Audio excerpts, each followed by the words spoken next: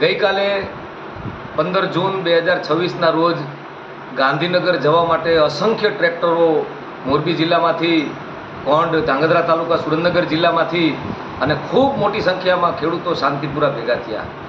અને એના આગલે દિવસે 14 તારીખે હાકલ કિસાનોની હતી, ખેડૂત સંગઠનોની હતી. એટલે અમે બધાએ જવાનું નક્કી કરેલ, પણ અમુક કોંગ્રેસી આગેવાનોએ એમ કીધું કે આ તો અમારી રેલી છે, એટલે અમારા આગેવાન અને ઈસુદાનભાઈ અને ગોપાલભાઈ બંને કીધું કે ખેડૂતોનું કંઈ બગડતું હોય તો અમારે પ્રસંગ બગાડવો નથી. અમારી હાજરીથી જો એવું લાગતું હોય ખેડૂતોનું જે આંદોલન છે એ નબળું પડશે તો અમે નહીં આવીએ. પણ અમે લોકો બધાએ અન્ય આગેવાનો અમારી પાર્ટીના ખેડૂતના દીકરા થઈ અને આ આંદોલનને મજબૂત બનાવવા માટે અમે પણ ખૂબ મોટી સંખ્યામાં શાંતિપુરા પહોંચ્યા હતા. અને 3 નોંધનીય વસ્તુ થઈ. શાંતિપુરા પહોંચ્યા, બધાએ રાજકીય પગરખાઈ એક બાજુ મૂકી અને ખેડૂતોને જે અન્યાય થાય છે એના માટે નીકળી પડ્યા હતા. અને બધાનો એ સંપૂર્ણપણે પવિત્ર ભાવ હતો. ટ્રેક્ટરો લઈને નીકળાતા, ટ્રેક્ટરોમાં પણ અમે બેઠા જોડાણા. અમારા આગેવાનો પણ ટ્રેક્ટરો લઈને નીકળાતા વિરમગામ તાલુકામાંથી અને સાણંદ તાલુકામાંથી. આ બધું હોવા છતાં આગળ શાંતિપુરામાં નોંધનીય વાત એ થઈ કે શાંતિપુરામાં જ ખબર હતી કે ગાંધીનગરમાં 144 લાગેલી છે અને અંદર નહીં જવા દે. પણ મૂળભૂત વાત એ હતી કે આપણે બધાએ ગાંધીનગર સચિવાલયનો ઘેરાવ કરવાનો એ કહીને મોરબી જિલ્લામાંથી અને સુરેન્દ્રનગર જિલ્લામાંથી ટ્રેક્ટરોને ખેડૂતોને આમંત્રિત કરેલા. એના બદલે ઓગણજ પાસે નોંધનીય વાત એ થઈ કે ત્યાં આગળ ટ્રાફિક જામ થઈ ગયો, આગળ ન જવા દીધા, પરમિશન નથી એવી વાત થઈ.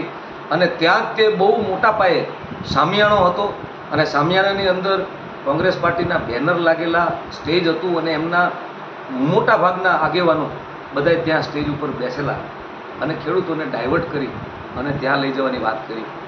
જેમાં લગભગ ખેડૂતોએ એવું જણાવેલું કે ભાઈ અમે ગાંધીનગર જવા માટે આવ્યા છીએ અને અમે ત્યાં જ જશું અને કદાચ એક સમય માટે પોલીસ ના પાડે તો અહીં પલોઠી વાળીને બેસી જશું. પણ એના બદલે ખેડૂતોને એ સભા પણ ન થઈ. એ સભા આખા મુદ્દાનું રાજકીયકરણ કરવાની જે વાત હતી એ અયોગ્ય હતી. પણ અમારી પાર્ટીનું સ્ટેન્ડ બહુ સ્પષ્ટ છે કે અમારા મહુડી મંડળે પણ એમ કહેલ કે આપણે ખેડૂતના દીકરા થઈ, આપણે ખેડૂતના દીકરા છીએ અને આપણે સૌથી પહેલાં ભારતીય છીએ, પછી ખેડૂત છીએ અને પછી આપણી રાજકીય સમજ છે કે રાજકીય પાર્ટી છે. ત્યારે આ આંદોલનને વેગ આપવા માટે ખૂબ મોટા પાયે નીકળી પડેલા.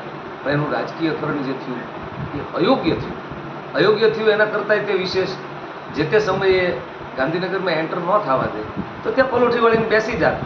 તો આ પંજાબવાળા ખેડૂતોને દિલ્હી ન જવા દીધા તો દિલ્હીની બહાર ડેરો રાખીને 13-14 મહિના બેઠા હતા. તો કંઈ નવાઈની વાત નથી. હકીકત એ છે કે આ આંદોલન છે એ ખેડૂતોનું છે.